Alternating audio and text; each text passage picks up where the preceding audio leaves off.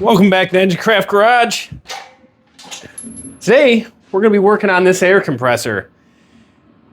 I found this on Facebook Marketplace for $10 because they said every time this gets plugged in, it pops the breaker. So I'm like, oh, great. It's probably just the capacitor. I already replaced the capacitor. Still doesn't work. Now, before I replaced the capacitor, this motor was locked up solid. So I got it spinning free again, and then I replaced the capacitor, and I'm like, it might work. It did not work. So I have a replacement pump coming for this. So today I'm going to show you how to disassemble this, put a new pump on, and hopefully we can get this thing running again. So this is a Husky silent compressor. So this is an oilless. I'm more fond of the oil compressor just because I feel like they have more longevity. So this is 165 max, 1.5 horsepower, 4.0 SCFM at 90 PSI, which that's pretty low to be running air tools. If you're using a lot of big air tools, you want at least 10 CFM. So this is pretty low, but the replacement pump that I got is a 2 horsepower. So hopefully that bumps this up a little bit. And the reason for this, the best way I can describe it is, so this here die grinder is required, or it says it requires 4 CFM at 90 PSI. So in order to maintain using this, you need to have at least, in my opinion, 1.5 times what this is required. But either way, this is a little low for that. So hopefully when I change this to a 2 horsepower, the CFM bumps up a little bit. And the best way I can describe that is, picture this as a shower, and your tank is your hot water tank. And then your CFM is basically your shower head. So you can have a larger shower head, and it's going to allow more water or air. And then if you have a smaller hot shower head, that's less CFM, less air. And your tank really is just how long you could use it for, or how much water you have. So even though this is a 20 gallon, the CFM is low, meaning that this is, if I have a tool that requires 6 CFM, this compressor is not going to keep up with that. I'm going to have to wait for it to recharge. So hopefully this bumps it up a little bit. I wanted this primarily because this is a 20 gallon tank, so I can use tools for a little bit longer without, having to spend a whole bunch of money on a new air compressor. The one that I'm currently using is this little guy here from Central Pneumatic. It's just a 4 gallon, and it does not last long at all. This is the Capri air gun, and this thing pushes a lot of air. And as soon as I have this fully charged and I only use this for a few seconds, it already kicks on.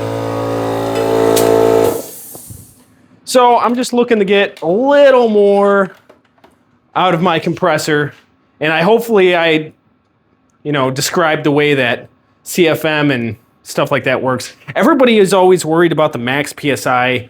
It's really not something you should be too concerned about. The CFM matter and your gallon to tank matter the most. So let's get taking this apart, get this motor out, and then we can swap in our new one. All right, so for this plate, that's the first thing we got to do is unbolt this plate. I already took 3 of the nuts off here, so they should just pull out. Here's the last one. There is just 4 on this.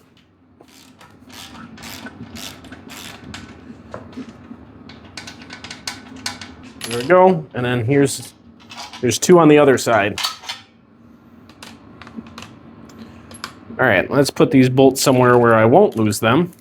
All right, now that we got our plate disconnected, we want to disconnect the power to the pump.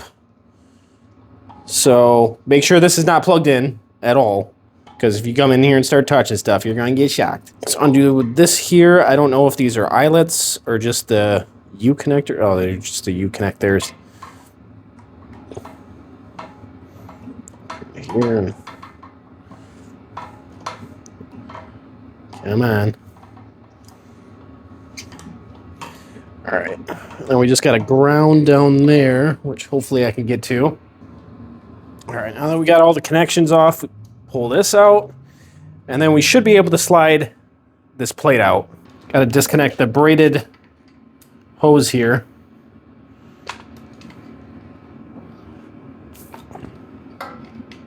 It's already kind of loose.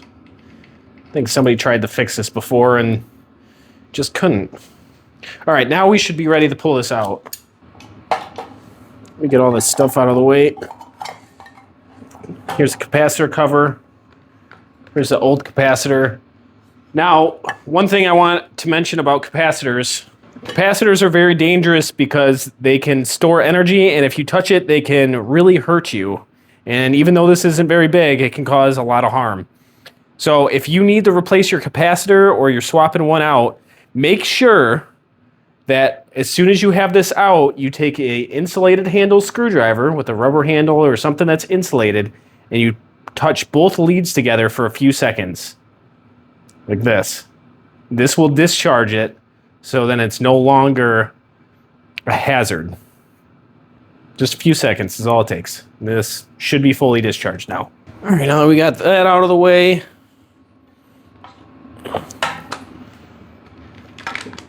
that's loose too. All right, let's get this over the bench. All right. So it's held on by this plate here. Same size? Of course it's not the same size. Why would it be?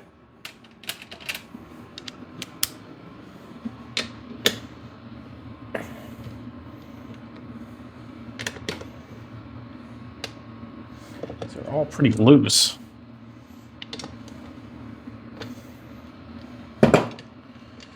Take these 4 bolts off here. This is what holds the motor. Oh, that one's kind of tight. Motor to the plate here.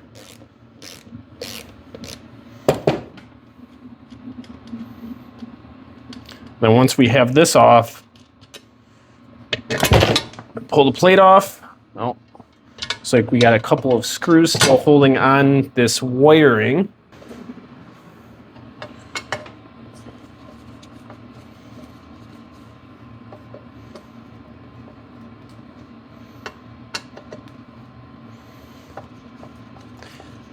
I don't know what the new pump comes with. I'm hoping it comes with new rubber feet and everything, but I guess we'll see.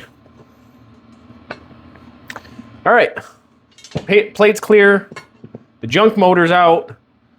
Now we just got to put the new motor in. All right, the one thing I did before we installed the new pump is, number one, I took these air filters off because they still seem in decent shape and I hate throwing things away that I could use. So I took these off, as well as the air output fitting, because I don't know if the new pump has this or not.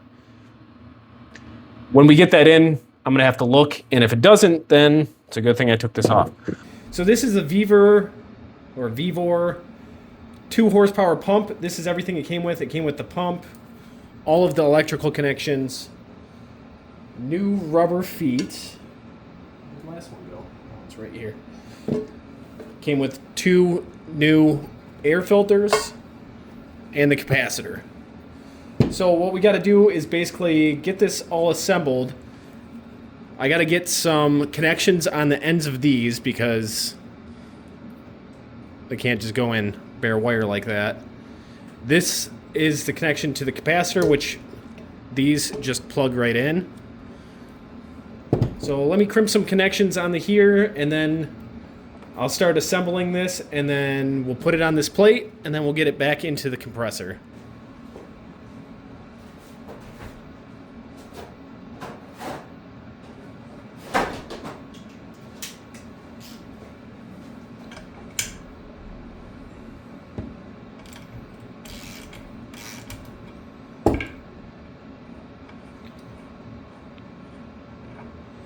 Plug has a little O-ring on it to prevent air from coming out. Screw it into this side, because we only got one side that has the outlet.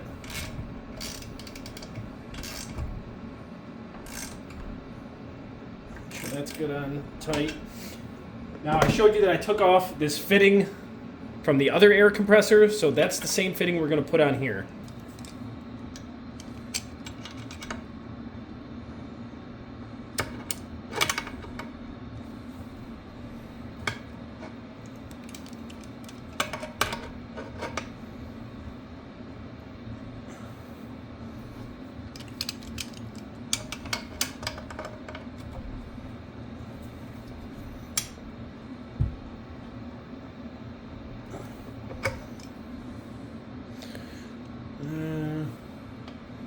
That should be good enough there. These just screw in. Super simple.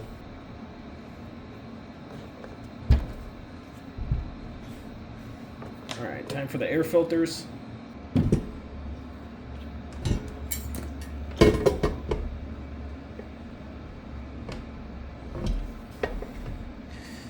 Which doesn't fit, of course. All right, so we're just a little wide on here. So what I'm gonna have to do is kind of just egg these holes out a little bit on the bottom here. So I'll bring you back in once I do that. All right, I drilled some new holes. Now to get these cranked down really quick.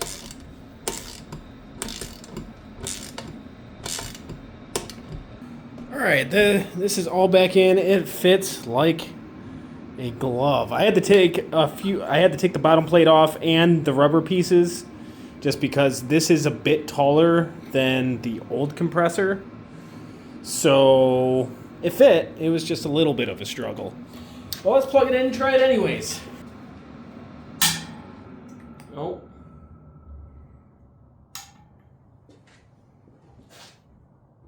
Great. So after messing with this for a while, it turns out that this pressure switch was actually bad. I put this wiring was wired wrong from the beginning. So down here, there's line and then there's motor. They had, from the electric coming in, had the power here and then neutral here on one side. So they were going line to motor. And then the other side, they are doing the same thing, and it doesn't work like that. The bottom is for the power coming in, and the top is for the motor, so power going out to that. So, the old pump might have worked. I was going to upgrade to a new pump anyways because this one is higher horsepower, so it's going to output air better. But now I want to hook up the old pump and see if this new pressure switch would allow this old motor that was locked up to work as well. So I didn't show you how I did the wiring, so I'll show you here.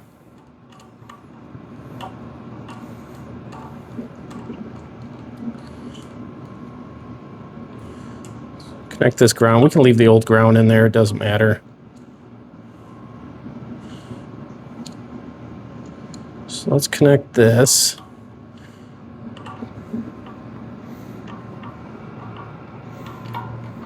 And then let's disconnect our new motor and get the old one connected.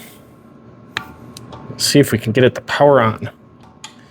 Now the old motor, like I said before, was locked up, and honestly I have no idea how much use it got. It seemed like it was pretty abused. So like I said, I wanted to put a new pump on this anyways. Oh no. Good thing for magnetic tips. Screw this down. This down. Make sure our power is off. All right, so then we're gonna do a neutral.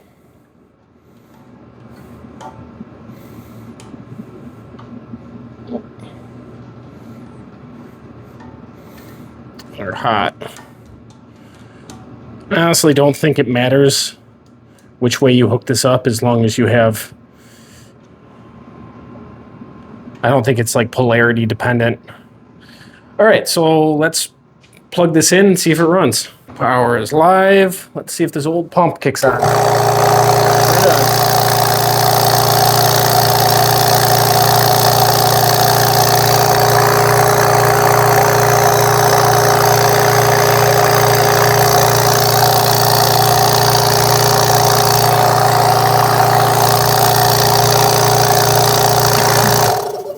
So we have a backup pump just in case anything happens. It didn't seem like it was putting out that much air.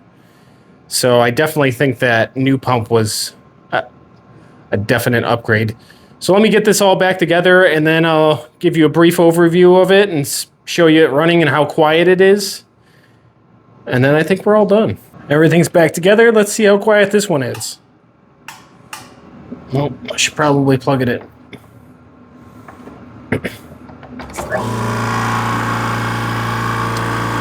Much better. I don't have a decibel gauge, but this one is significantly quieter.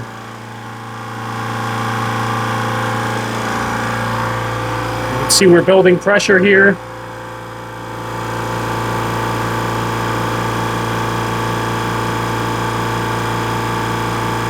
Slowly, but it's working.